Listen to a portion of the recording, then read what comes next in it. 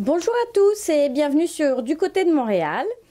Alors, aujourd'hui, en ce mardi, j'aimerais aborder avec vous un sujet dont je n'ai pas parlé depuis longtemps, qui est l'école. Comment est-ce qu'on fait lorsqu'on arrive au Québec et que l'on veut inscrire son enfant, le scolariser? Va se poser le choix de est-ce que je le mets en système québécois, francophone, est-ce que je le mets dans une école anglaise, est-ce que je tente je reste dans le système français de France. Vous allez certainement vous poser toutes ces questions. Alors laissez-moi vous éclairer sur un point. Premièrement, si vous arrivez avec une résidence permanente, vous n'aurez absolument pas la possibilité d'inscrire votre enfant en école anglophone, puisque c'est protégé par la loi 101 qui impose le fait d'inscrire votre enfant en école francophone. Sauf si bien sûr vous vous offrez la possibilité d'inscrire votre enfant dans une école privée, auquel cas c'est un certain prix, mais voilà, attention à la réglementation et à cette loi 101. Par contre, si vous êtes sur un statut temporaire, donc un visa de travail, un visa d'études, ou voilà, vous êtes là vraiment de façon temporaire, ce n'est pas une résidence permanente, il n'y aura aucun problème. Le temps de ce visa, vous aurez tout à fait la possibilité de pouvoir mettre votre enfant en école anglophone, et que donc il puisse intégrer ce cursus et peut-être avoir la chance de devenir bilingue. Je vous avouerai que c'est un choix qu'il faut réfléchir, puisque bien évidemment, lorsque vous ferez la demande de résidence permanente, votre enfant devra quitter le cycle anglophone pour retourner dans un cycle francophone. Il n'aura plus le droit à cette école.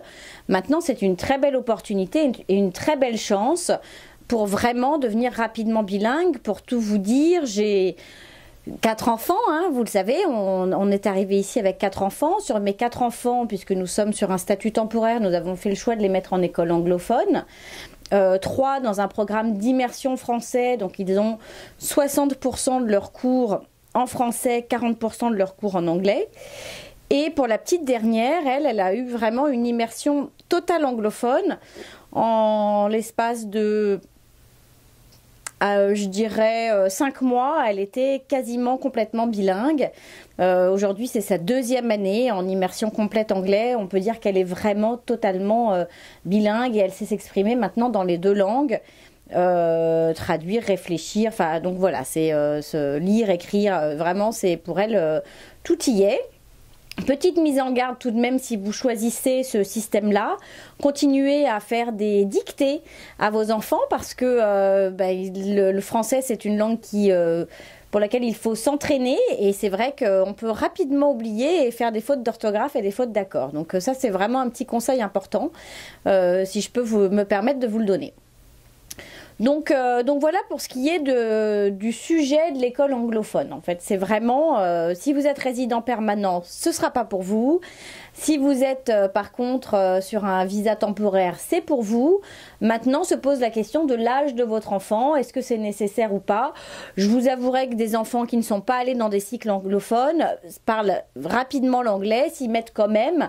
Alors je dirais pas en 3 ou 4 mois ou 5 mois, mais ça va certainement mettre quelques années, mais quand même, vous êtes dans un univers, on va dire que le Québec c'est un îlot autour d'un continent anglophone, donc voilà, ça vient quand même rapidement. Si vos enfants sont fans de sport, la plupart des chaînes, enfin il y a des chaînes où on voit quand même pas mal de matchs où c'est en anglais, donc voilà, c'est quand même facile d'aller leur demander de regarder des films en anglais, sous-titrés en anglais pour se préparer l'oreille. Donc il y a vraiment des méthodes en tous les cas pour qu'ils s'y mettent. Et puis je dirais qu'à l'école on appuie quand même bien sur cette matière pour qu'effectivement les enfants puissent rapidement parler cette langue. Donc pas d'inquiétude de ce côté-là. Maintenant pour ce qui est du choix d'école, que ce soit donc l'école francophone ou l'école française, je vous dirais que tout dépend en fait de votre enfant. C'est-à-dire que si votre enfant a des difficultés d'apprentissage qui sont liées à de la dyslexie, à de la dyscalculie, à de la dysorthographie, ou un autre trouble, ça peut être, je sais pas, un enfant qui est souvent dans la lune. Aujourd'hui, on a mis une étiquette qui s'appelle le TDA, et puis alors pour ceux qui sont vraiment un peu excités, on va dire qu'ils ont carrément de l'hyperactivité associée à ça. Donc là, je vous dirais, c'est vraiment votre choix, mais pour avoir des enfants qui ont des troubles d'apprentissage, je vous déconseillerais malgré tout de vous orienter sur des écoles typiquement françaises de France, puisque vous retrouverez en fait ce que vous avez quitté. Même si ce sont de très bons établissements scolaires avec d'excellents professeurs, malgré tout, que ce soit l'école Marie de France ou l'école Stanislas, ça reste des écoles qui sont vraiment basées sur la méthode française de France, très compétitive, où on ne va pas forcément reconnaître les difficultés de l'enfant. Ce sera un peu au cas par cas, et donc voilà, donc ça là-dessus. Après, je vous avouerai qu'une fois de plus, tout dépend également de l'âge de votre enfant. Si votre enfant arrive pour sa première et sa terminale, je vous avouerai qu'autant le laisser dans un cycle français de France, donc le mettre à Marie de France ou à Stanislas, parce que c'est plus confortable pour votre enfant, sachant qu'il vit déjà une immigration. Ça lui permet de valider son baccalauréat et ensuite il partira en université ou en école de commerce. Enfin, voilà, il y a vraiment... voilà, quand vous arrivez un peu tard, je pense qu'il vaut mieux faire ça. Après, vous pouvez de toute façon, quoi qu'il arrive, inscrire votre enfant dans ces cas-là en cégep. Et donc, mais par contre, sachez qu'il ne valide pas son baccalauréat, sauf si vous lui faites passer en candidat libre. Donc voilà, ça c'est des choses à discuter au sein de la famille, des choses à mettre au point et à envisager ensemble. Maintenant, si votre enfant excelle vraiment au niveau scolaire et qu'il se sent parfaitement bien dans un système français, je veux dire, il n'y a aucun souci, vous pouvez le laisser. Sachez juste que ce sont des écoles privées, ce sont des écoles qui coûtent extrêmement cher. Donc on parle de 3 000 à 6 000 $ l'année. J'allonge jusqu'à 6 000 $ l'année parce qu'il faut compter les livres, les voyages. Il y a pas mal de petites dépenses annexes auxquelles on ne pense pas mais qu'il faut ajouter. Et sur l'année, ça fait vite un prix assez conséquent. Donc après, à vous de déterminer si ça peut rentrer dans votre budget et si c'est ce que vous souhaitez envisager. Ensuite, pour l'école francophone, alors là, je dirais que il y a des écoles publiques qui dépendent donc des commissions scolaires. Il y a plusieurs commissions scolaires pour Montréal. Et vous pouvez trouver donc l'école publique de laquelle vous dépendez sur le site internet des commissions scolaires. Donc ça va être la commission scolaire de Montréal ou la commission scolaire Marguerite Bourgeois, la commission scolaire de l'île Perrot. Enfin, bon, il y a plusieurs... en fait, en fonction de votre adresse, vous dépendez de certaines commissions scolaires. Sachant que si vous êtes résident permanent, vous avez la chance de pouvoir passer la case commission scolaire et d'inscrire directement votre enfant dans l'école de laquelle il dépend. Donc là, par contre, vous saurez exactement de quelle école il s'agit en allant sur le site internet de la commission scolaire. Par contre, si vous êtes non permanent, si vous êtes un résident temporaire, vous devrez passer par la case commission scolaire. Donc si vous êtes francophone, pas de souci, vos enfants feront peut-être un petit test en maths et en français pour voir si leur niveau est bon. Par contre, vous êtes plutôt anglophone, ben, vos enfants ne pourront pas aller en école anglaise, ils seront obligés d'aller en école francophone et certainement qu'on leur fera passer un test de langue pour s'assurer qu'ils parlent correctement le français. Donc ça, c'est important à savoir. Concernant les écoles francophones publiques, je dirais qu'il y a de bons établissements comme de mauvais établissements. Il y a également en fonction des établissements, votre enfant sera soutenu de façon conséquente par rapport à ses troubles d'apprentissage. On a eu la chance en fait d'inscrire nos enfants à l'école secondaire Saint-Luc qui par chance sont allés dans une annexe Et je vous avouerai que dans cette annexe, tous les professeurs étaient des orthopédagogues qui prenaient très très à cœur les difficultés scolaires de nos garçons. Et ça s'est extrêmement bien passé. J'ai pu échanger avec des personnes qui avaient mis leurs enfants en école secondaire publique et pour lesquels ça a été de véritables catastrophes. Donc voilà, ça c'est vraiment je vous invite à aller lire les commentaires, à aller à la rencontre des écoles. Et il y a une chose qui est sûre et certaine, c'est que culturellement, le Québec et la France, le Québec et l'Europe, le Québec et certainement d'autres pays du monde ne fonctionnent absolument pas de la même façon. Il faut savoir qu'à partir de 14 ans, un enfant est complètement autonome dans sa capacité à signer ses documents, à vouloir se vacciner lorsqu'il y a une campagne de vaccination. Il prend ses responsabilités, il fait ses choix. Sur certains documents, il faut la signature du parent, mais si le parent n'a pas signé, de toute façon, l'enfant a signé et donc c'est comme ça. Donc c'est vrai le parent est beaucoup moins investi, beaucoup moins présent dans l'école au niveau du secondaire. Donc le secondaire, c'est à partir de la 5e, si on doit se caler sur la France. Donc voilà, c'est vraiment quelque chose de très important. Vous allez vouloir avoir des rencontres, des rendez-vous. Ce ne sera pas toujours pris en compte parce qu'en fait, l'enfant doit savoir se débrouiller tout seul. L'enfant doit être autonome et les décisions sont prises souvent directement avec lui. Donc voilà, donc ça il faut y être préparé. Culturellement, c'est différent et il faut y être vraiment préparé. Il faut savoir aussi qu'il n'y a pas d'école maternelle à partir de l'âge de 3 ans. L'école est obligatoire à partir de l'âge de 6 ans. Et votre enfant peut faire ce qu'on appellerait l'équivalent d'une maternelle, une pré-année scolaire qui est donc à partir de 5 ans. Et pour une durée d'1 an. Donc s'ils sont plus jeunes que ça, vous avez la possibilité de les inscrire dans des garderies. Attention, les garderies publiques sont réservées en fait et octroyées qu'aux résidents permanents et aux Canadiens.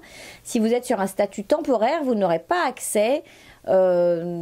Après, ça dépend certainement si vous êtes en région, sur Montréal, etc. Mais en tous les cas, renseignez-vous bien. Il est possible que vous n'ayez pas accès à la garderie publique et que donc vous soyez obligé de faire appel à la garderie privée. Ça, c'est encore un autre élément. Donc voilà, l'école vraiment est obligatoire à partir de 6 ans avec une pré-année scolaire à partir de 5 ans. Donc ça, c'est vraiment quelque chose que vous devez savoir et connaître. Donc, et que ce soit en école privée ou publique, c'est comme ça. Et donc, votre enfant retourne en garderie. S'il a eu la chance d'aller à l'école à l'âge de 3 ans et que vous arrivez alors qu'il a 4 ans, malheureusement, il devra se faire une année de garderie pour ne retourner dans le système scolaire qu'à partir de l'âge de 5 ans et après commencer effectivement son primaire à partir de l'âge de 6 ans. Ce qu'il faut aussi prendre en considération, c'est qu'un enfant qui est né, par exemple, on va dire en 2015, s'il est né entre, on va dire, on va le tourner autrement. Si votre enfant est né entre le 30 septembre, alors, attendez, on va calculer. Par exemple, un enfant qui doit rentrer en 6e. On va se mettre au niveau dernière année de primaire. Il faut absolument que votre enfant, le calcul n'est absolument pas fait comme celui que l'on fait en France, où tous les enfants nés la même année, donc par exemple pour la 6e, il me semble que ce sont des enfants qui sont nés en 2005. Donc tous les enfants nés entre le 1er janvier et le 31 décembre 2005 intégreront la 6e. Là, ça ne se passe absolument pas comme ça. C'est tous les enfants qui sont nés entre le 1er septembre 2004, non, je vous dis des bêtises, entre le 1er septembre 2005 et le 30 septembre 2006. C'est-à-dire que votre enfant, s'il est né après le 30 septembre, change d'année en fait. S'il est né entre le 1er octobre et puis le 1er septembre de l'année d'après, il change de cycle. C'est-à-dire qu'il ne sera pas, même s'il est né en 2005, un 1er octobre 2005 ou un 1er novembre 2005 ou un 1er décembre 2005 jusqu'au 31 décembre 2005 et ils ne seront pas dans le cycle des autres élèves de l'année 2005. C'est-à-dire qu'en gros, un enfant qui normalement en 2005 devrait être en 6e, s'il est né à partir du 1er octobre 2005 jusqu'au 31 décembre 2005, et ben sachez qu'il sera avec des enfants qui sont nés également en 2006 et il sera dans ce cas-là en 5e année de primaire et non pas en 6e année de primaire. Je ne sais pas si vous m'avez suivi, mais en tous les cas, le calcul se fait de septembre à septembre et non pas sur une année complète de naissance en fait. Donc ça, c'est à prendre en considération. Nous, on a une de nos filles qui devait rentrer en 6e, sauf qu'elle est née le 24 décembre de l'année 2004. Et donc, quand nous sommes arrivés, au lieu de la mettre en 6e, ils l'ont fait rentrer en CM2. Donc, je peux vous dire qu'elle était assez mécontente de se faire une 5e année de primaire au lieu de se faire une 6e année de primaire. Et puis finalement, ça s'est très bien passé, elle s'est satisfaite de cela, ça a été très positif pour elle. Donc c'est vrai qu'il faut quand même essayer de faire un petit peu confiance aux Québécois. C'est comme si jamais ils font faire des tests à votre enfant et qu'ils décrètent qu'ils doivent être dans une classe inférieure, que ce soit par rapport à leur âge ou même par rapport à leur niveau. Faites-leur confiance. Le Québec est très en avance au niveau mathématique, très en avance au niveau des sciences. Le niveau est bien meilleur que le niveau de la France. Donc voilà, ça c'est vraiment quelque chose auquel vous devez prêter attention. Et être à l'écoute. Vous avez fait le choix de venir vous installer au Québec, de venir vous installer au Canada. Faites confiance dans le système, sans forcément tout accepter et fermer les yeux, mais je veux dire, ayez confiance. Si vous avez choisi ce pays, c'est que ce pays, quelque part, et cette province vous attirait, leur façon de penser, leur façon de voir. Donc essayez aussi de vous intégrer et de comprendre qu'ils ont une autre façon de fonctionner que la nôtre et qu'il va falloir s'adapter. Ça va parfois être un petit peu difficile, mais il faut s'adapter. Certaines écoles publiques sont un peu, je pense, comme partout dans le monde, en tous les cas un peu comme en Europe. Malheureusement, le fait d'avoir des écoles privées et des écoles publiques, ça casse un peu les ambiances dans les écoles publiques. Et il y a vraiment des écoles publiques qui sont très très mal cotées, avec des élèves qui forcément ne travaillent pas. Donc là aussi, le choix du programme au sein de l'école publique est important. Essayez pourquoi pas d'aller choisir un programme international pour faciliter en fait pour que votre enfant soit dans une classe un peu meilleure. Voilà. C'est vrai qu'on a un peu le sentiment dans certaines classes, dans certaines écoles, de se retrouver un peu dans les mauvaises séries américaines où les enfants ne font n'importe quoi, insultent les profs. Voilà, ça peut exister, même à Montréal, même au Québec, même au Canada. Donc voilà, renseignez-vous bien sur les écoles. Mais sachez que si vous faites le choix d'une école privée, ça a un coût. Souvent, il faut payer l'uniforme, et sachant qu'il y a aussi de l'uniforme dans les écoles publiques, dans certaines écoles publiques, il va falloir payer les livres, il va falloir pour certaines écoles investir dans un iPad pour votre enfant.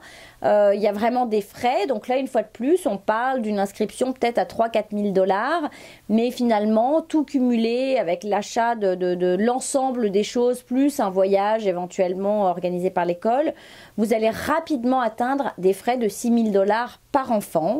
Donc ça, c'est vraiment à prendre en considération. L'école, ça a un prix, ça coûte. La formation, ça coûte cher. Donc ça, c'est vraiment à réfléchir. Et également à réfléchir au niveau de l'endroit où vous allez habiter. Parce qu'en fonction de l'endroit où vous allez habiter, vous allez avoir le droit à certaines écoles publiques. Et je vous avouerai qu'il y a des écoles publiques qui sont plus calmes que d'autres. Donc ça, c'est vraiment important de le prendre en considération si vous avez décidé ou si vous n'avez pas les moyens d'aller mettre vos enfants en école privée. Nous, par exemple, il n'était pas question de mettre 4 enfants en école privée. Imaginez 6 000 $ fois 4 enfants, la somme que ça représente à l'année. Je vous avoue que je préfère mettre cette somme dans plusieurs voyages. C'est quasiment le prix que ça nous coûterait de partir partir à 6 pour aller notamment voir notre famille en France. Donc pour nous, il n'était pas question de mettre cet argent là-dedans. Il y a des très bonnes écoles publiques. Donc voilà, ce choix vous appartient, mais en tous les cas, renseignez-vous bien. Donc voilà pour aujourd'hui. J'avais vraiment besoin d'échanger avec vous donc sur le système scolaire, sur les écoles. Il y a certainement plein d'autres informations que je pourrais vous donner, mais je vais maintenant laisser la parole à Valérie Flat, qui est donc consultante réglementée en immigration canadienne. Et vous verrez ensuite dans l'émission, je reçois aujourd'hui Théo, qui est arrivé ici pour faire ses études, qui a un parcours étudiant très intéressant et qui, vous verrez, il apporte une certaine fraîcheur à l'émission, un jeune étudiant qui est très satisfait de son parcours et qui s'est battu pour en arriver là. Donc ça, ce sera la suite de l'émission. Puis ensuite, bien sûr, Hélène Le Gallet, qui est coach en changement et en transition de carrière et qui va aujourd'hui à nouveau nous éclairer et nous permettre de nous poser des questions sur ce choix, ce changement, cette immigration ou un changement de carrière. Donc voilà, restez à l'écoute et puis on se retrouve tout de suite après la pause. Conseil de pro vous est présenté par Valérie Flat, consultante réglementée en immigration canadienne. Bonjour Valérie. Bonjour Géraldine. Alors aujourd'hui, quelle est la question qui va être traitée, le sujet? Aujourd'hui, en fait, c'est Soumia qui demande comment est-ce qu'elle peut venir travailler au Canada tout en passant des vacances. C'est une jeune, donc en fait, je pense que sa question c'était vraiment est-ce que je peux venir en tant que PVTiste. D'accord. C'est le grand mot à la mode. Mais je vais parler en règle générale du programme de l'Expérience internationale Canada. Alors, qu'est-ce que c'est qu'un PVTiste? Alors en fait, donc c'est un programme qui tombe sous ce gros programme d'EIC. D'accord. Il y a en fait 3 sous-programmes, dont les PVTistes. D'accord. Il y a les PVTistes, les stages pro et les jeunes professionnels. Les stages pro, d'accord. On peut faire un stage On peut venir faire un stage. D'accord. Donc, si on a entre 18 et 35 ans, d'accord. Donc, en fait, 35 ans plus 364 jours. Donc, moins J-1 à 36 ans. C'est suivant les pays, parce qu'il y a 34 pays, il y a des accords qui ont été passés avec chaque pays, et c'est vrai qu'il y a des pays pour lesquels c'est jusqu'à 30 ans, d'autres 35, et puis il y a des pays comme la France qui ont droit à 2 ans, renouvelables, d'autres pays qui ont droit juste à 12 mois par renouvelable. Donc en fait, il faut aller voir vraiment sur le site, alors là c'est sur le site de CIC pour le coup qu'on va trouver toute l'information, c'est www.cic.gc.ca, et là vous allez avoir l'information sur donc EIC, Expérience internationale Canada, qui va vous donner en fait la liste des pays déjà, puis quel programme vous avez le droit. Si vous avez le droit à être PVTiste, jeune professionnel ou stage coop.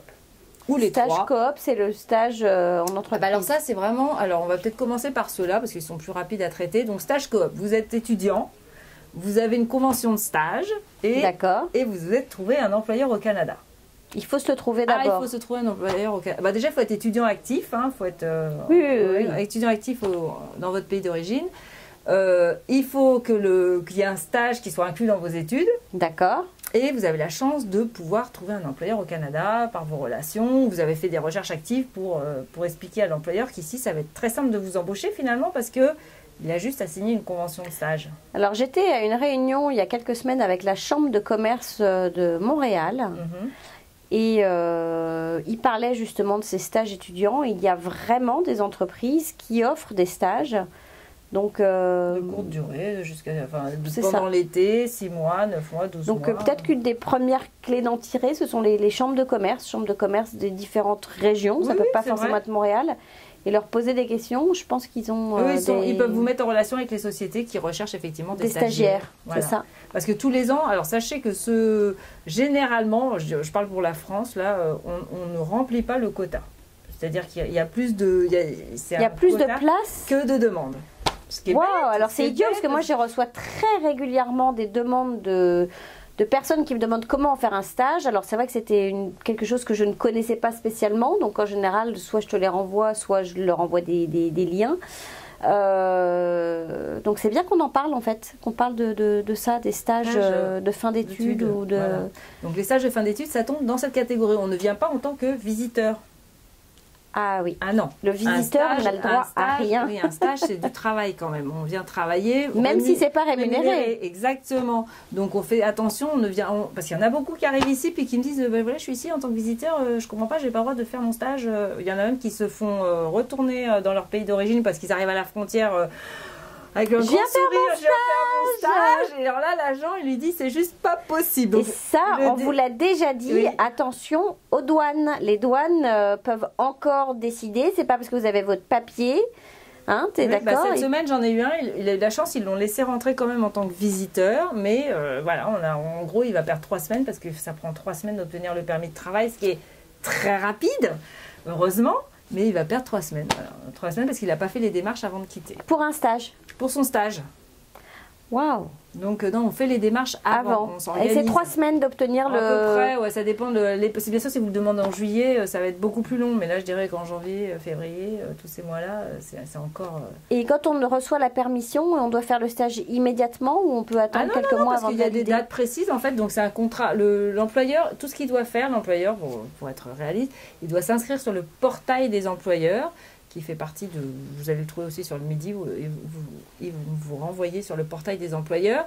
L'employeur doit payer 230 $ et signer la convention de stage. C'est-à-dire qu'il faut qu'il s'enregistre pour avoir un petit numéro en tant qu'employeur avec ce poste de stagiaire. Il enregistre ce poste de stagiaire, 230 $ pour l'employeur. Il signe la convention de stage et ensuite le jeune peut faire sa demande de permis de travail. Donc sur le site du Midi, de CIC. Sur le site de CIC, on peut trouver la liste des employeurs qui sont à la recherche de stagiaires? Ah non, ça non, pas du tout. Ah d'accord. Non, ça c'est à chacun. Là, c'est chacun pour soi. Là, il faut chercher chacun pour soi et Dieu pour tous. Exactement. Donc Emploi Québec, parfois il y a des offres de stage. D'accord. Et alors, autre question, est-ce que je peux proposer à l'employeur de lui rembourser les 230 $ qu'il doit payer? Non, normalement c'est à l'employeur de le payer. D'accord. Je sais que parfois il y a des ententes qui se font entre l'employeur et l'employé, mais a priori c'est l'employeur qui doit payer les 230 $. Sachant que généralement les stagiaires sont quand même pas très bien payés, donc voire pas du tout. Voire pas du tout, donc il peut quand même faire un petit effort et payer ces 230 $. D'accord. Parce qu'il y a des employeurs qui vont vous offrir le billet d'avion, d'autres non, le logement, d'autres non. Enfin après ça, c'est à vous de négocier, mais généralement un stagiaire en fait il y met pas mal de sa poche. Ouais. Entre le voyage, le logement. Mais après, si vous vous débrouillez super bien en stage, vous pouvez vraiment avoir une offre d'emploi à la clé et de pouvoir rester. Oui, mais généralement, ces stagiaires, ils retournent finir leurs études en France.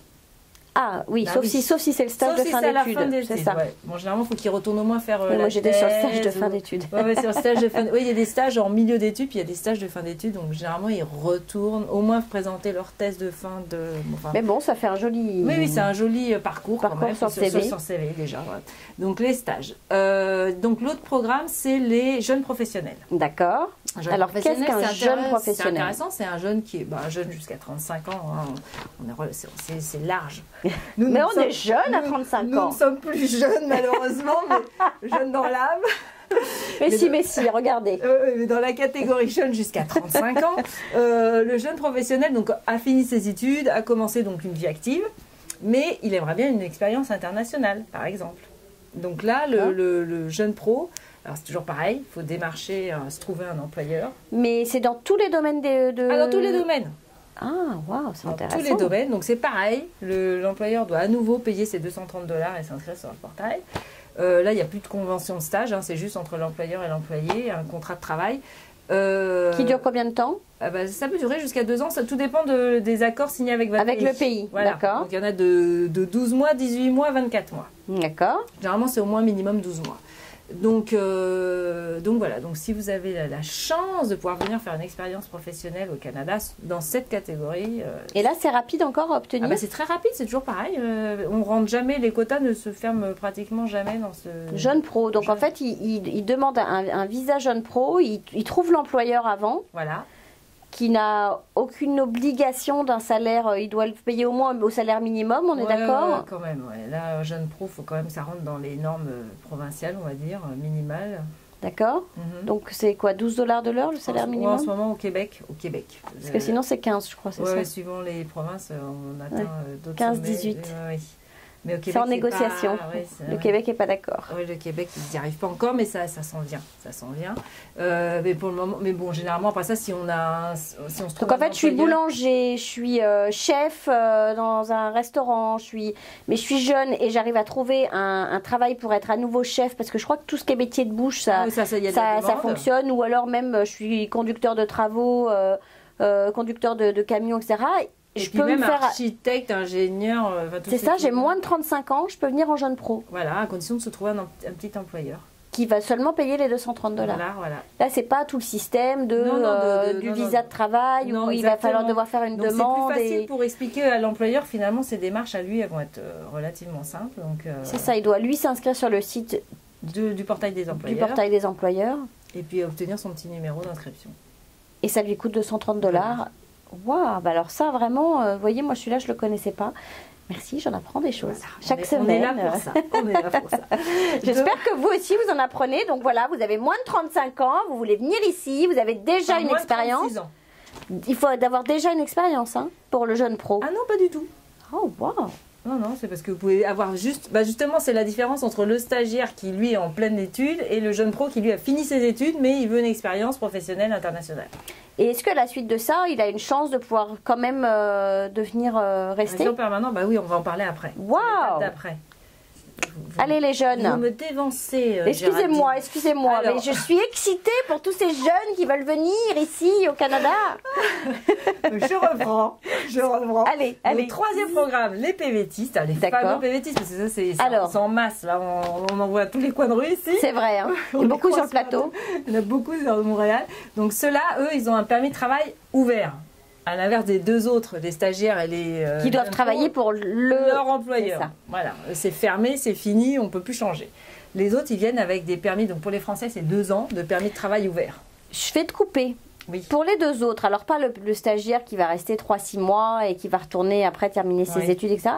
Mais le jeune pro, ça se passe pas bien, il se fait maltraiter. Ouais. Qu'est-ce qui se passe si jamais il a le droit de changer? Il peut refaire une deuxième demande. Bon, après ça, si ça se passe, il y a quelques Il peut rester quand même ici en attendant de faire sa deuxième demande et de changer. Oui, ça, il n'y a pas de problème avec ça. Mais si c'est lui qui décide de changer d'employeur, il faut qu'il refasse une deuxième demande. Alors, suivant les accords avec votre pays, vous avez le droit de faire une deuxième demande dans la même catégorie ou vous devez changer de catégorie. Sachant qu'il y a des combinaisons possibles et d'autres impossibles. D'accord. Donc c'est assez compliqué. Là, il faut aller voir sur le site les combinaisons suivant les pays, c'est chacun pour soi. Et donc allez voir et regardez quel est votre cas de figure et quelles sont les combinaisons possibles. Maintenant, si c'est votre employeur qui fait faillite ou il y a un abus, bah, c'est clair que là, vous avez le droit, il y a des moyens de retourner puis de dire non mais attendez, là ça se passe pas bien du tout. Et dans ces cas-là, il vaut mieux un avocat ou un consultant en réglementé en immigration canadienne, même avec le même ministère directement. D'accord. Oui, on peut aller au service. Exactement, ils gèrent le programme et eux ils sauront vous informer, vous dire qu'est-ce que vous avez le droit de faire dans ce cas-là. De ne pas avoir peur d'aller les voir. Oui, si ça se passe mal avec un employeur, ici, il y a toujours moyen ici de toute manière. On dénonce ici, vraiment. On dénonce les mauvais et les irrespectueux. Et ce n'est pas, vous n'êtes pas mal vu en le faisant. Et au contraire, vous rendez service à la société. Donc c'est une culture qui est différente, mais c'est bien à savoir. Voilà. Alors, excuse-moi, je te relevais sur tes PVTistes. Donc, les PVTistes, eux, ils viennent avec 2 ans, un permis de travail ouvert pendant 2 ans. D'accord. Ils font ce qu'ils veulent pendant 2 ans. C'est-à-dire qu'ils peuvent travailler ou pas. Travailler ou voyager. Ou voyager. Permis, voyage. Vacances-travail. Vacances-travail. Donc, en fait, ils font ce qu'ils veulent.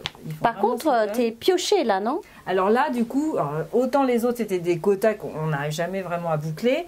Autant les PVTistes, alors là, c'est la cohue. C'est-à-dire que c'est une loterie. Tout le monde s'inscrit. L'inscription est gratuite au départ, de toute manière, pour les 3 programmes.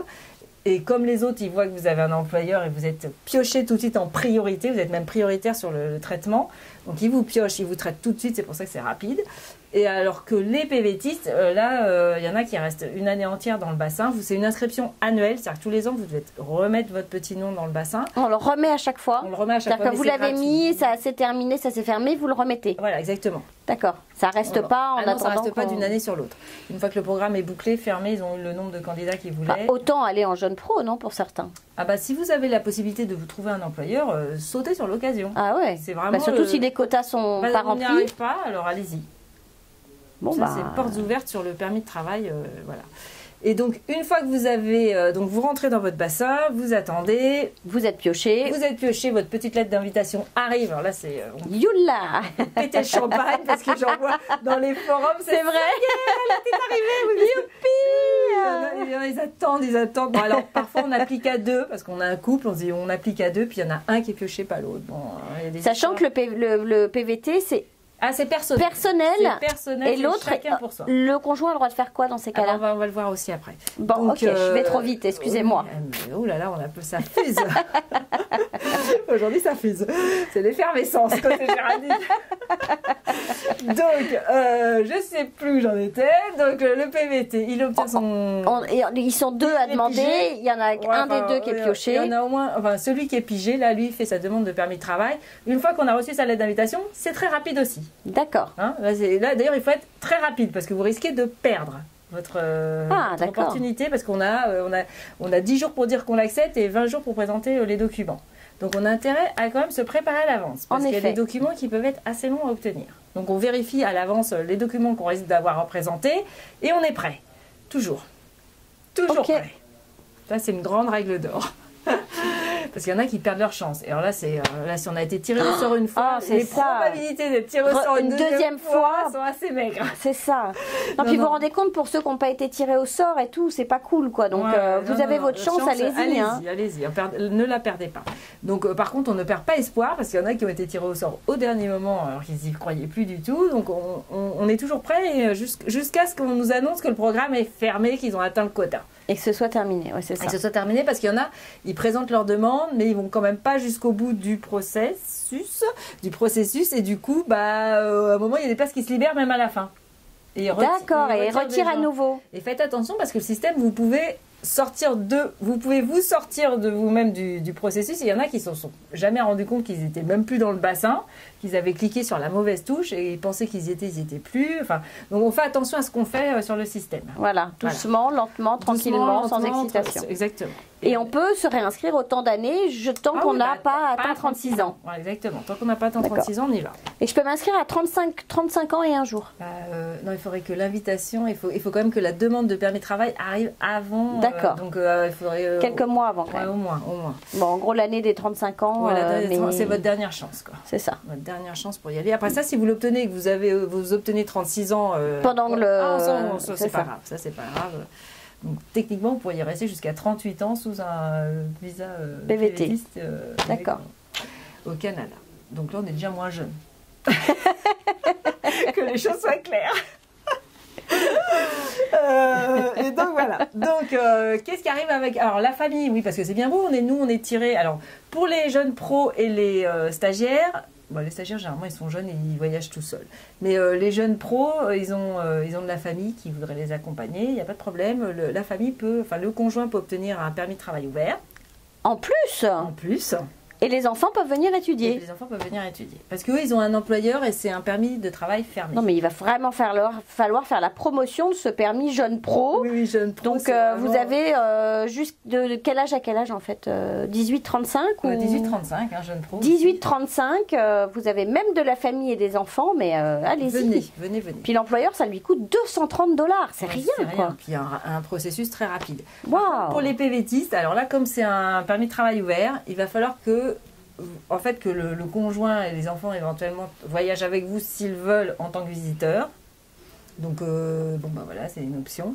Donc, ça veut dire qu'ils ont le droit de rester 6 mois, ils ne peuvent pas étudier. Ils peuvent, si l'agent est sympa et qu'il voit qu'un des conjoints a un permis de travail, même ouvert sur 2 ans, il peut donner une fiche de visiteur pour la même validité. Pour que la famille puisse rester en tant que... S'ils voient qu'il y a les fonds qui sont là pour subvenir en 2 ans. D'accord, donc il faut... On n'est pas sûr qu'on va pouvoir travailler même avec un permis de travail ouvert. Il y a des gens qui n'arrivent pas à trouver du travail, donc il faut quand même avoir un bon compte en banque. Oui, c'est vrai qu'il y a des gens qui, effectivement... Donc, dans ce cas-là, mais ça se négocie... À l'arrivée à l'aéroport, on dit au côté j'ai ma famille qui vient. Peut-être qu'il y en a qui font des allers-retours en fait. Donc parfois ils disent oui, elle va juste venir me voir peut-être tous les 2 mois, ou sinon elle vient passer les 2 ans avec moi, avec les enfants. Mais là il faut négocier. Enfin, faut démontrer qu'on a l'argent pour les 2 ans en fait. Ils peuvent rester visiteurs pendant 2 ans. Voilà. Mais ça veut dire qu'ils ne pourront pas travailler. Non, mais par contre, il y a une option. C'est-à-dire que si la personne qui a le permis de travail ouvert obtient un travail, de catégorie 0A ou B sur la grille, on en a parlé dans une autre petite séance. Faites référence à notre petit, je crois que c'est sur les travailleurs. On a une séance sur les travailleurs où j'ai parlé de ça. Donc si vous obtenez un travail au niveau de compétence 0A ou B, au bout de 6 semaines de travail, vous avez obtenu 3 fiches de paye, puisqu'ici les fiches de paye sont à la quinzaine. Le conjoint peut demander un permis de travail ouvert. Alors ça c'est intéressant. Donc vous venez en tant que PVTiste. Oui. Vous êtes pioché. Vous êtes pioché. Pas le conjoint. Pas le conjoint. Il rentre en même temps que vous. Il a le droit à être là 6 mois. Il peut être 6 mois ou si l'agent est sympa, il peut lui donner même une fiche de visiteur de 2 ans. Bon. Un peu plus longue même. Et là, vous obtenez dans la catégorie 0 A ou B un travail. Avec un employeur. Donc là, c'est pareil, comme vous avez déjà votre permis de travail, l'employeur, il n'a rien à faire. C'est ça. Il vous embauche du jour au lendemain. Là, c'est un accord avec l'employeur. Donc 0 A ou B, cette liste, on la trouve sur le site d'Immigration Québec. Non, de CIC. Donc d'Immigration Canada. Voilà.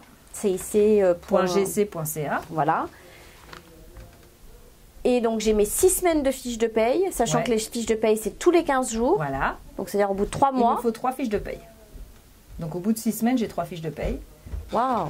Et donc c'est pas 3 mois, c'est 6 semaines. Ah oui, 6 semaines, 3 fiches de paye. Voilà, parce qu'il faut 3 fiches de paye. Donc comme ici c'est à la quinzaine, en fait c'est pas 3 mois, c'est 6 semaines. Ouais, c'est ça. Au bout de 6 semaines, le conjoint peut aller se présenter au point d'entrée ou faire une demande en ligne pour obtenir son permis de travail ouvert. C'est génial. Oui, c'est génial à condition de trouver un bon travail parce que 0 A ou B, c'est donc c'est au niveau superviseur ou travailleur qualifié. Donc on peut pas être vendeur. Non, on peut pas travailler au Starbucks ou travailler en pâtisserie si on n'est pas chef pâtissier. Ah si, on n'est pas. Alors ça, en cuisine par contre, on est tout de suite travailleur qualifié. Ah c'est vrai. Ouais, tout ce qui est métier de bouche. Donc la liste des travailleurs qualifiés, on est d'accord qu'elle est sur le site du CIC.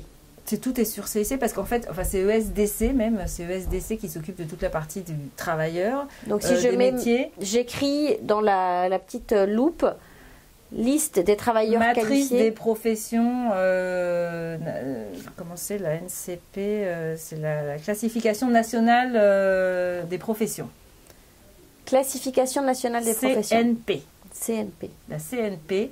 Et alors là, il y a une matrice, et puis vous allez voir, il y a toutes les professions qui sont listées. Et puis vous allez voir que le niveau de compétence 0, A, B, C et D, en fait, ça va jusqu'à D, vous allez voir si votre profession est dans la catégorie 0, A ou B. D'accord. Donc au bout de 6 semaines, si on est dans cette catégorie, le conjoint a le droit à un permis de travail ouvert. Donc en fait, je vais aux États-Unis, je reviens, je repasse la douane, poum, je me démontre que j'ai mes 6 semaines et je lui fais faire un permis de travail ouvert. Ouais. Et là, du coup, les enfants peuvent étudier si j'ai des enfants? Ouais, alors là, après ça, c'est les commissions scolaires qui voient parce que quand on a un permis de travail ouvert, ils sont un peu plus réticents sur le fait que l'éducation soit payante ou gratuite.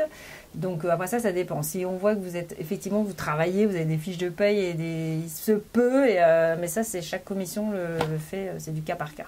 D'accord. Là, je ne m'avancerai pas là-dessus. Parce que, en général, ils sont quand même assez ouverts si c'est l'école publique. Et puis après, l'école privée, il suffit de payer. Donc. Ouais, voilà. Bon, après, ça, c'est. Maintenant, si tout le monde travaille, a priori, c'est ça. Voilà, ça va. Donc, sachez que par contre, si vous êtes conjoint de fait, donc pas marié, vous allez devoir prouver à un moment ou à un autre que si c'est votre conjoint et que vous lui donnez un permis de travail ouvert quand même, ça fait 12 mois que vous vivez ensemble. Donc, il faut toujours se promener avec une preuve de concubinage de 12 mois.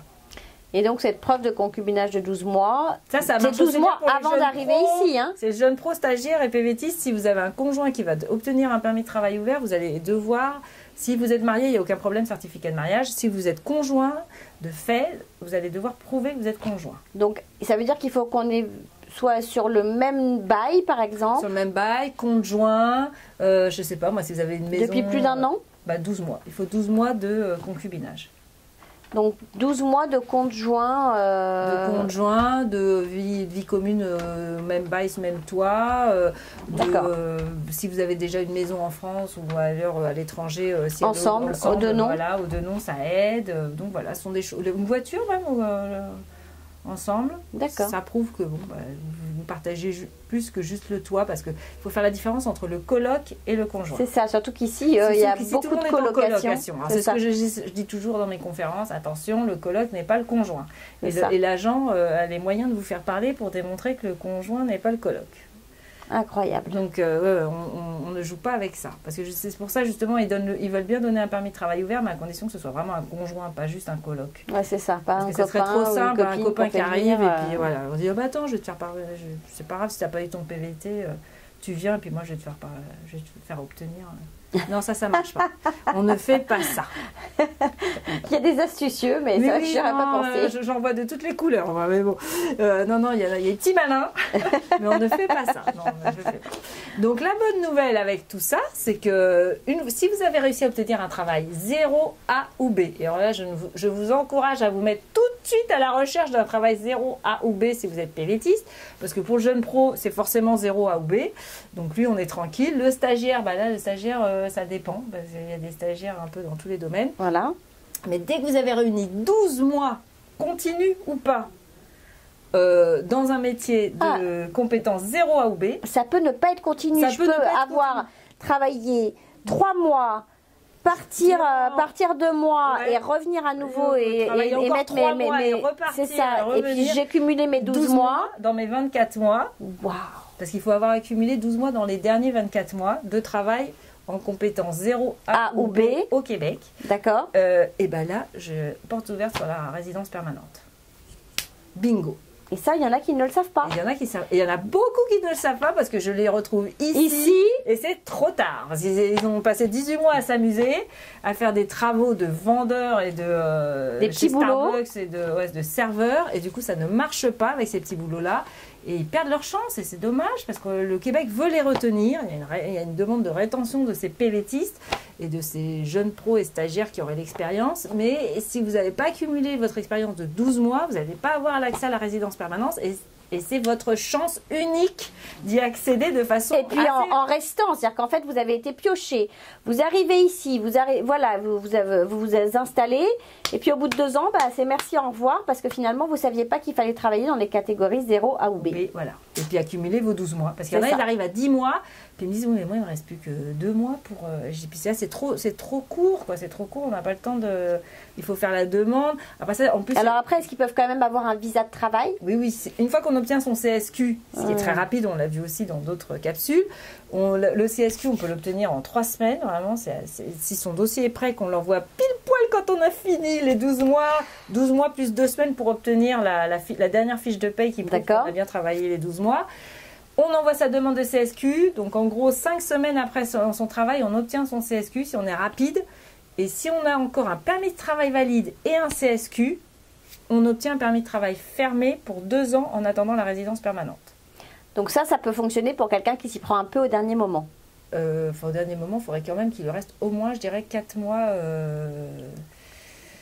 Donc c'est ce qu'on disait tout à l'heure. Il faut quand même se préparer. C'est pour ça que je dis, moi, les jeunes que je vois ici, c'est trop tard. Et je dis, c'est malheureux qu'ils n'aient pas été informés au départ parce que finalement, ils avaient toutes les cartes en main. Ils n'ont juste pas su... ils étaient sur le programme vacances plus que sur le programme travail. C'est ça, ils n'avaient pas bien compris le concept. Donc c'est un programme, effectivement, qui vous permet de pouvoir visiter et flâner.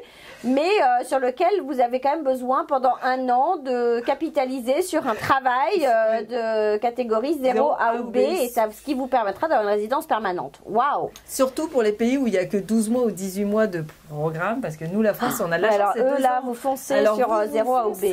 Oubliez les vacances. On oublie les vacances, vous aurez tout le temps de vous amuser après. Sauf si vous ne voulez pas vivre au Québec. Ah voilà. Mais il y en a qui se réveillent après, c'est ça l'histoire, c'est qu'ils viennent en disant mais non, je ne voudrais jamais vivre au Canada, c'est juste une expérience. Et puis une fois qu'ils sont là, ils adorent. En amour. Voilà. Et donc voilà, et après ça, ils veulent rester. Et là, je ne peux pas faire beaucoup de miracles. En fait, il y en a qui repartent aux études, d'autres qui ont l'option de repartir sur un autre programme, parce que je vous ai dit, il y a des pays qui ont des accords pour pouvoir accumuler 2 programmes à la suite. Donc il y a des options, mais on va pas trop compter dessus non plus. Alors, si vous avez la chance de pouvoir venir sous un de ces programmes, accumuler tout de suite vos 12 mois, c'est le conseil du jour. C'est ça, bosser, travailler, accumuler, et puis signer pour la résidence permanente. Et puis enlever le V de PVT, c'est programme travail, même s'il y a le mot vacances. J'y songerai après. C'est ça. Bon, ce sera une option après, pour plus tard. Ceci dit, une fois que vous avez accumulé vos 12 mois, alors là, libre à vous d'aller Exactement, vous avez votre résidence permanente. Vous aurez la résidence permanente en chemin, donc impeccable. Vous pouvez voyager sur tout le continent américain. Ouais, non, c'est top. Donc voilà, donc ça c'était la question de Soumia là, qui voulait savoir quelles étaient ses options. Eh ben, il y en a pas mal des options. Donc libre à vous d'aller voir le site et puis de voir laquelle finalement est la meilleure pour vous, quoi. De réécouter l'émission en boucle, de la passer à tous vos copains qui ont moins de 35 ans, qui rêvent de venir 36. ici. Oh, 36, mais bon, quand même, pour s'inscrire. Mais enfin bon, voilà. Faites tourner, faites passer l'émission. Moi, j'en ai appris beaucoup aujourd'hui. Et alors, faites la promo du Jeune Pro, là. Je trouve ça génial. Donc, on se retrouve la semaine prochaine. Voilà. Et j'espère que ce sera tout aussi intéressant. Voilà, j'espère aussi. Bonne semaine. Bye Valérie. La parole est à vous, vous est présenté par Du Côté de Montréal, partenaire de votre immigration. Bonjour Théo. Bonjour Géraldine. Merci d'avoir accepté mon invitation. Merci de m'avoir invité. Alors Théo, j'aimerais que tu m'expliques, puisque tu es au Québec depuis 3 ans et demi. C'est ça. Tu es arrivé à 18 ans. Oui. J'aimerais que tu m'expliques qu'est-ce qui a motivé ce choix et surtout à quel âge est-ce que tu as pris cette décision? Alors pour être honnête, c'est un peu flou quand est-ce que je me suis exactement décidé que je voulais aller au Canada. C'était plutôt un processus par étapes depuis que, je dirais peut-être depuis que j'ai 15 ans. C'est vraiment par hasard, j'ai vu un reportage sur le Québec, sur McGill en particulier en fait, et sur les étudiants qui vivent au Québec et comment ça se passait. Et ça m'a vraiment attiré dès que j'ai vu le reportage. Je ne sais un peu plus exactement pour quelle raison, mais c'était surtout la façon dont les universités marchaient, que c'était bien plus à l'américaine qu'à la française, et la façon dont on était libre de choisir nos propres cours, juste le style de vie en général.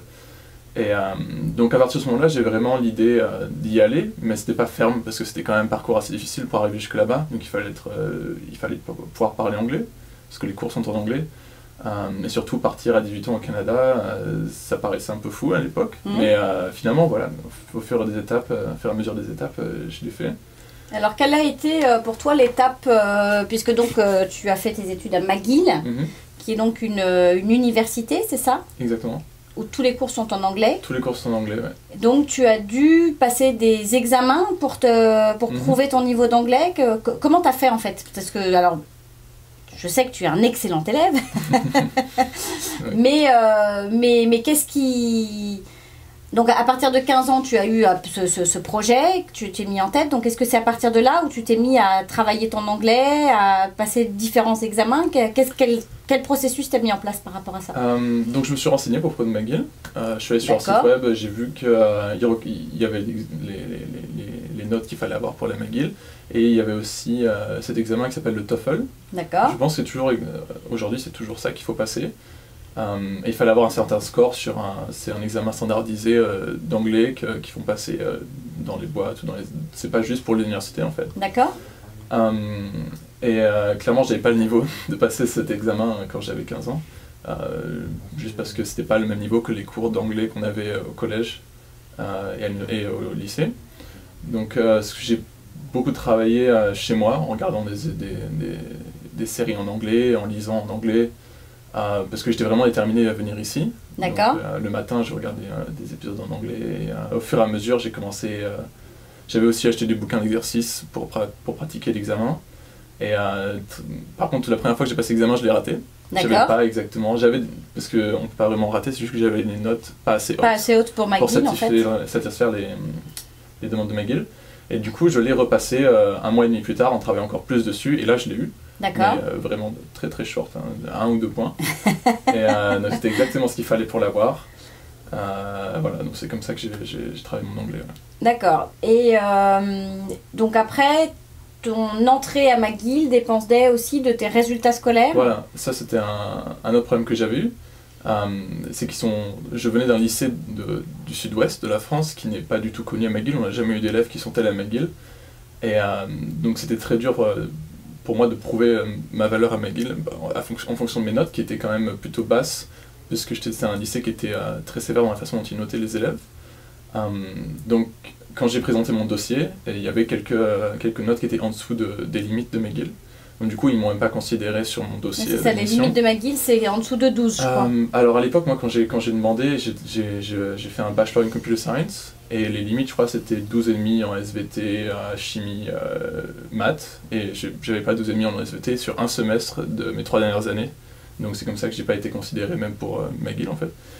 Juste pour un semestre. Juste pour un semestre, exactement, ouais.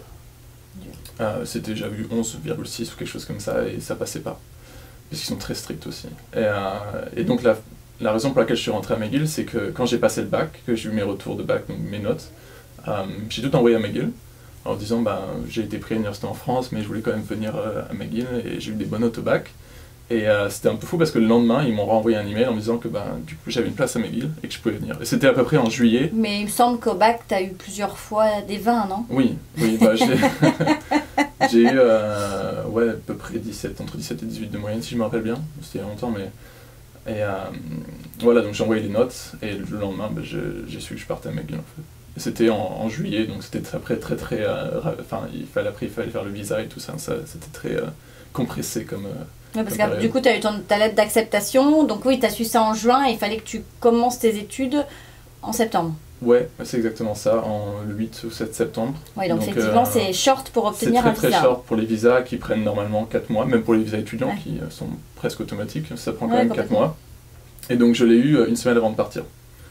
Vraiment, c'était parfaitement, le timing était parfait. Alors ce départ, sans tes parents, sans ton frère, ça se vit comment à 18 ans de partir tout seul à l'autre bout du monde? Alors ça dépend des personnes, moi je l'ai très bien vécu, parce que comme je t'ai dit, je voulais vraiment, c'était mon projet, je voulais vraiment faire ça, et j'étais plus que ravi de partir à Montréal. Bien sûr ma famille restait en France, mais je les appelais tous les semaines, tous les week-ends. Je suis revenu pour toutes les vacances, donc Noël, l'été.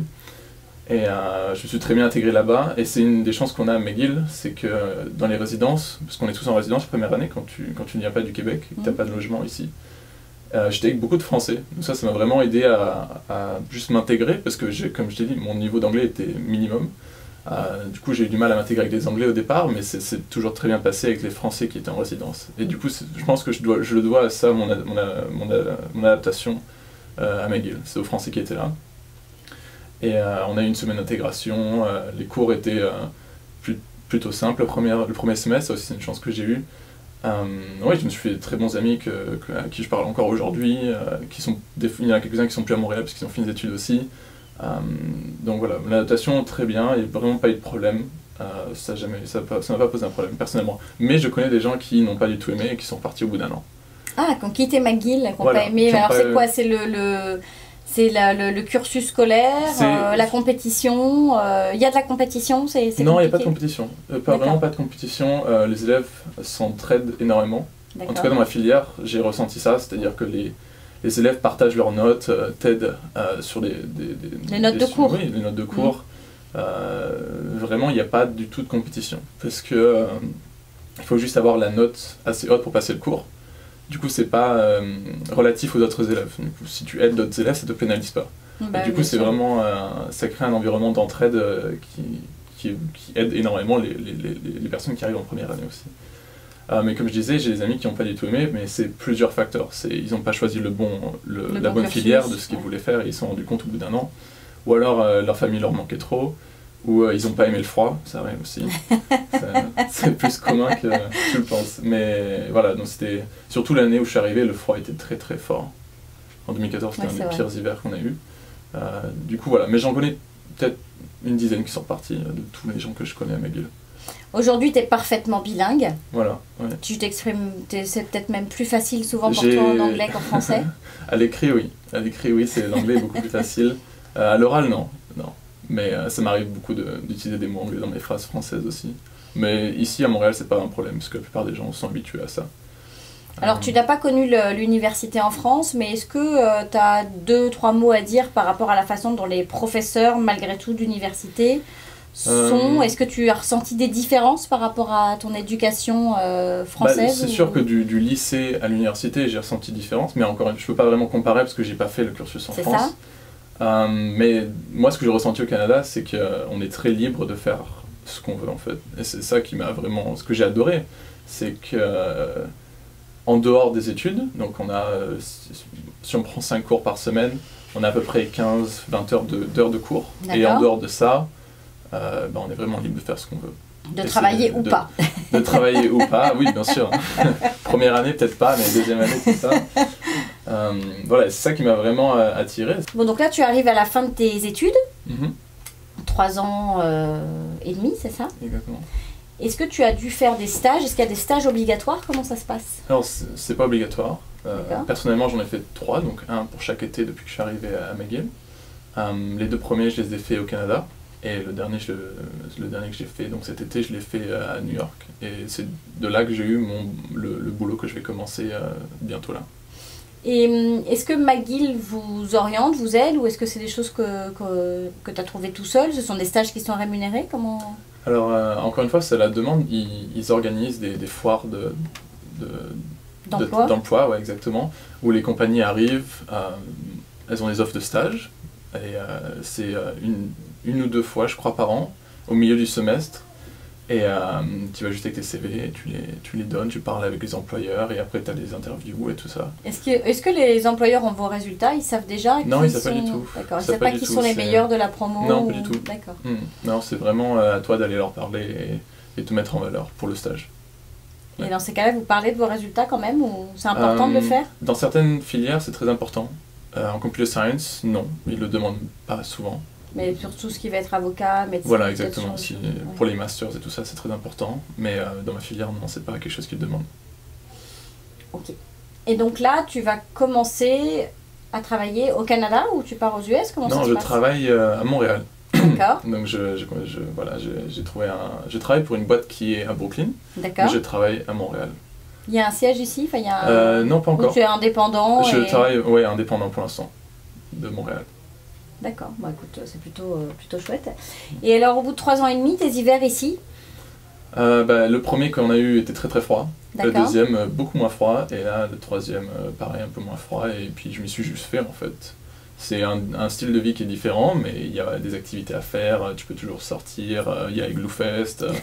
Il y a les marchés de Noël. Il y a vraiment plein d'activités. Vraiment. Ouais, non, c'est vrai qu'il y a pas mal d'activités. On s'ennuie vraiment pas en hiver. Et tu es d'accord pour dire qu'il y a quand même pas mal d'activités gratuites offertes justement oui. pour les jeunes et... Pour les jeunes, oui, c'est pas cher. La vie étudiante à Montréal est vraiment pas chère comparée aux autres grandes villes comme New York, San Francisco ou Paris. C'est très peu cher. Et est-ce que sur un cursus de McGill, est-ce qu'il y a des jeunes qui font leurs études en même temps pendant l'année, plus le fait d'étudier, ou en général ils travaillent l'été et comment ça se passe? Il y a les deux. Je connais des étudiants qui travaillent sur le côté pendant les études, donc de septembre à décembre et après de janvier à mars, parce qu'ils veulent faire un peu d'argent sur le côté, et il y en a qui travaillent que l'été. Donc c'est vraiment à la carte, choisir. D'accord. Et c'est facile de trouver des métiers un peu dans votre domaine quand vous étudiez, ou en général c'est plus des petits boulots d'étudiants ou... Alors encore une fois, dans ma filière, c'est facile de trouver du boulot, en général, pour l'été. Mais après, aux alentours dans Montréal, il y a plein de petits jobs pour des étudiants. Donc ça peut être serveur dans un restaurant, ou cuisinier, ou... Il y a vraiment, c'est très diversifié en fait. Et c'est pas compliqué de trouver... C'est pas compliqué de trouver du travail. Si tu veux vraiment trouver un travail, c'est pas compliqué. Ça va prendre quelques semaines, mais tu vas trouver au bout d'un moment. Et alors toi, tu vis depuis le départ en colocation? Exactement.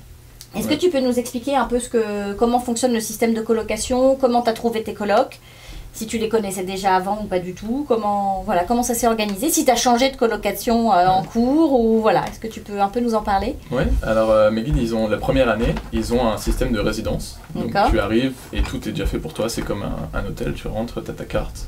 Et pendant 1 an, c'est un peu comme une chambre d'hôtel vraiment. D'accord. Et j'avais un coloc dans cette chambre d'hôtel aussi, on était 2. D'accord. Et donc pendant 1 an, c'est super bien passé. J'ai changé en cours de route, mais j'ai eu mon premier coloc pendant 2 semaines, c'est vraiment pas bien passé. Et on a changé au bout de 2 semaines. Mais après, ça s'est super bien passé, pas du tout de problème. Et j'ai refait 2 ans de coloc après avec lui dans un autre appartement. D'accord. Que vous avez trouvé ensemble, c'était votre appart à tous les deux, ou vous avez rejoint une autre colocation ensemble? On était 4, mais c'est que des amis que j'ai rencontrés en résidence.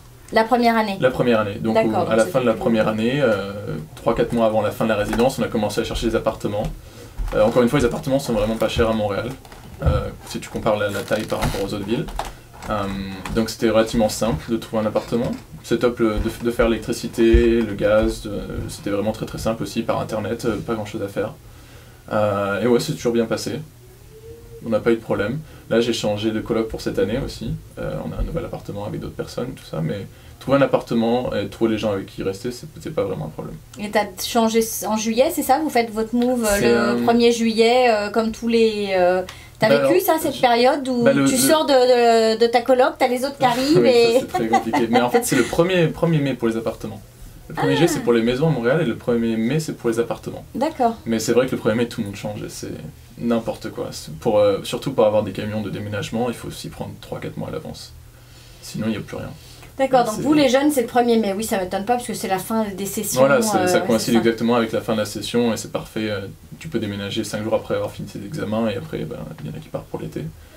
Voilà, c'était pas un problème de déménager non plus. Et rentrer dans la vie active, alors, ça te fait quoi? On va voir. Quel âge là? 18, 21 là. 21, j'ai eu 21 en juin.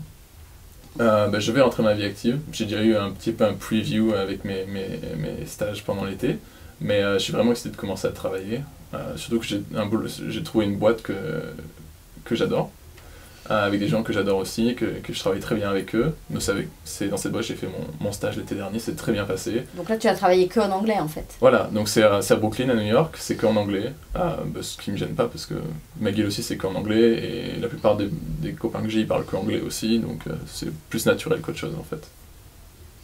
Quelle expérience, c'est super. Alors si tu avais un mot à dire à tous ces jeunes bacheliers ou futurs bacheliers qui veulent arriver, qui veulent faire leurs études, ou même à des plus jeunes, si jamais ils regardent avec leurs parents et qui rêvent comme ça de partir au Canada ou même, pourquoi pas, aux États-Unis, est-ce que tu auras un conseil à leur donner? Est-ce que... Moi, je dirais qu'il faut s'y prendre aujourd'hui. Il faut commencer aujourd'hui, aller sur le site de l'université, regarder ce qu'il faut et commencer à travailler et après y arriver en fait. C'est pas une décision à prendre un mois avant la fin des études, c'est vraiment une décision à prendre 6 mois, 1 an avant de finir les études. Ça se prépare. Ça se prépare et oui. Tous les gens que je connais qui sont à McGill sont préparés avant de venir. Ouais. Et faire de l'anglais. Faire de l'anglais, oui. Bon, écoute, merci beaucoup Théo. De rien, merci de m'avoir invité. Et puis on se retrouve après la pause. L'instant coach vous est présenté par HPL Coaching avec Hélène Le Gallet. Bonjour Hélène. Bonjour Géraldine. Bienvenue. Merci. Alors, quelle réflexion aujourd'hui nous amènes-tu? Parce que chaque mardi, on a droit à cette introspection, à ces réflexions. Où est-ce qu'on va aujourd'hui? Où est-ce qu'on va aujourd'hui? Bien écoute, aujourd'hui j'avais une question pour toi. Une question très simple. Je suis venue au studio, puis ma réflexion était de te demander, effectivement, tu as changé de vie, bougé des choses, fait un gros projet, déménagé au Canada. Qu'est-ce qui t'a boosté? Qu'est-ce qui m'a boosté? Écoute, je pense que j'ai cru en mon projet. Puis j'ai eu confiance dans ce choix en fait. J'ai eu confiance. Ok. J'aime bien ce que tu dis et puis j'ai envie de rebondir sur le mot confiance, tout simplement. C'est un mot qui m'inspire. La confiance dans la transformation, la confiance dans le changement, la dynamique justement de la confiance, c'est un des moteurs de la réussite d'un projet de changement.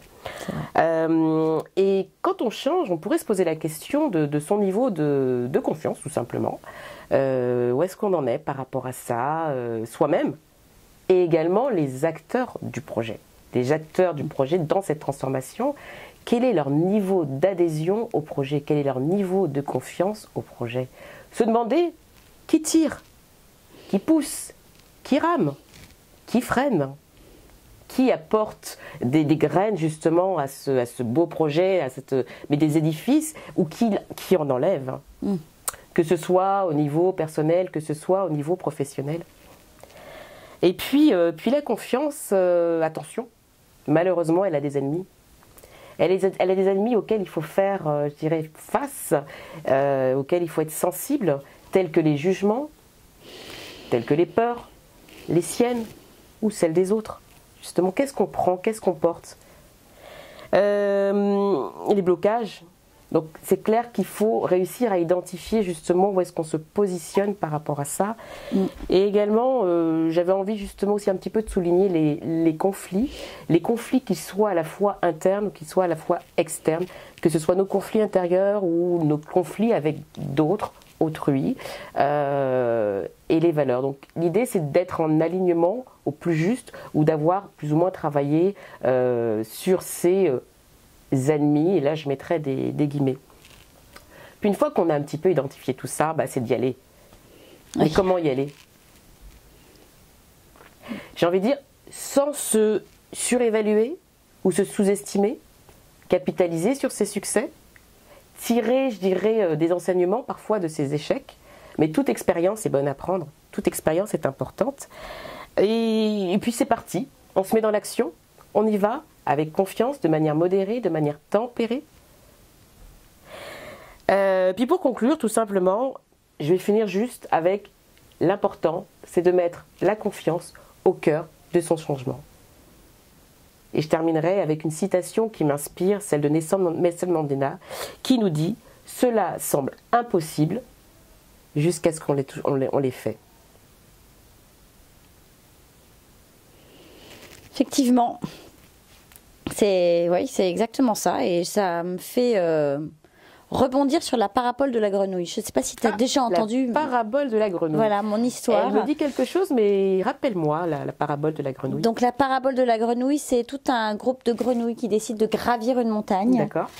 Et donc elles sont au début très encouragées jusqu'à ce que le jour J arrive, et finalement il y a quand même beaucoup de personnes qui les découragent. Oh. Et au fur et à mesure qu'elles gravissent la montagne, elles abandonnent parce qu'elles entendent tu ne vas jamais y arriver, c'est trop dur, c'est trop compliqué. Donc ça c'est les jugements, c'est celles qui ont justement peur, qui ont un niveau d'adhésion qui est encore assez faible. C'est ça, exactement. Et puis finalement il y en a une qui arrive en haut. Oh, donc celle-ci a eu confiance. C'est ça, on lui demande mais pourquoi? Et en fait, on réalise qu'elle est sourde. Donc, elle n'a pas entendu les ennemis. Elle s'est écoutée elle-même. C'est ça. Elle a écouté son moi intérieur, j'ai envie de dire. C'est ça, sa confiance. Donc, écoute, merci Hélène. Effectivement, c'est un joli sujet. Et je ne le fais pas souvent, mais je vais quand même un peu vous dire ce que fait Hélène, vous savez, puisque vous savez qu'elle est coach en changement, en transition de carrière. Mais elle est là aussi pour vous aider à la préparation d'entretien de recrutement, vous accompagner aussi dans vos prises de décision, si jamais vous avez des doutes. Et puis également, elle met en place, mais avec vous, parce que vous êtes partenaire de cet accompagnement, des outils et des techniques de recherche d'emploi. Donc n'hésitez pas aussi à faire appel à Hélène. Vous pouvez toujours passer par moi, mais voilà, elle est aussi là pour vous aider dans ce changement de vie, dans un changement de carrière, même si vous êtes déjà ici au Québec. Donc voilà, toutes ces réflexions chaque semaine, c'est aussi pour savoir que des personnes comme toi, ça existe. Et puis ça peut être nécessaire. Merci beaucoup. Donc c'est toujours un plaisir de venir partager ça. Et on se retrouve la semaine prochaine. À la semaine prochaine. Au revoir. Bonne semaine à tous. Au revoir.